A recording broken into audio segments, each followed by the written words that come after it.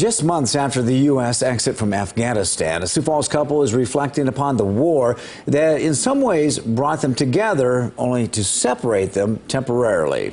The owner of the local restaurant Khorasan Kebab House served as an interpreter for the U.S. Army in Afghanistan starting in 2009, just shortly after becoming a newlywed. The couple shares with Perry Groten how they found love in the midst of war in tonight's Eye on KELOLAND. The WISAAL family is living the American dream in Sioux Falls. I mean, it's country of opportunity. You just need to work hard.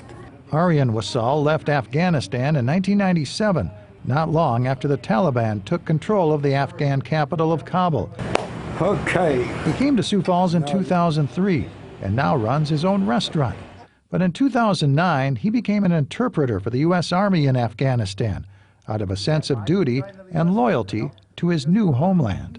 I just want to serve and see, because we had a lot of appreciation to USA, to America, because we come from nowhere and no one. But serving as an interpreter is dangerous duty in a war-torn country, so the U.S. military assigned bodyguards to protect WISAAL. It's been dangerous, and also it's kind of like been nice to be around people, you know, who care about you. But shortly before he began his military duties, WISAAL left for Afghanistan on another mission, seeking wedded bliss. And in countries like Afghanistan, that means an arranged marriage. It's kind of like they make a contract between two families.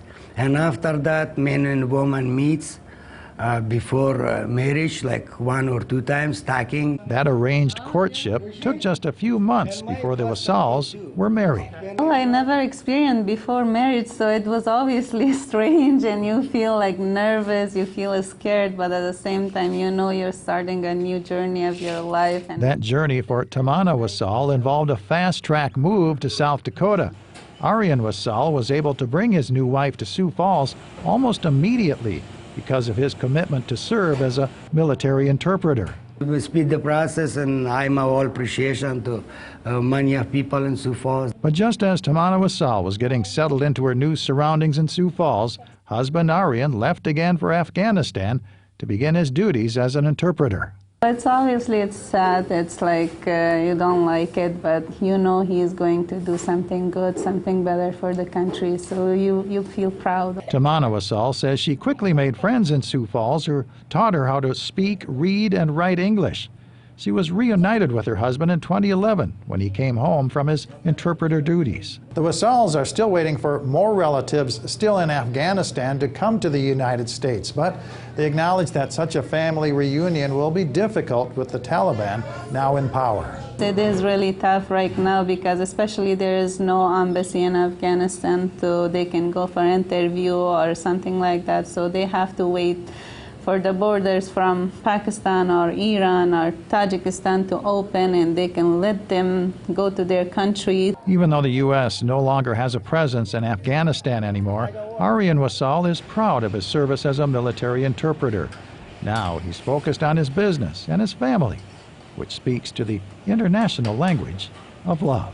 I'm happy right now because I'm here right now, I'm safe here, and my kids have the opportunity to go to school, the best school, and I live the best place right now, and this is something really I appreciate. With Eye on KELOLAND, I'm Perry Groten. The WISAAL family says they believe the United States did not lose the war in Afghanistan.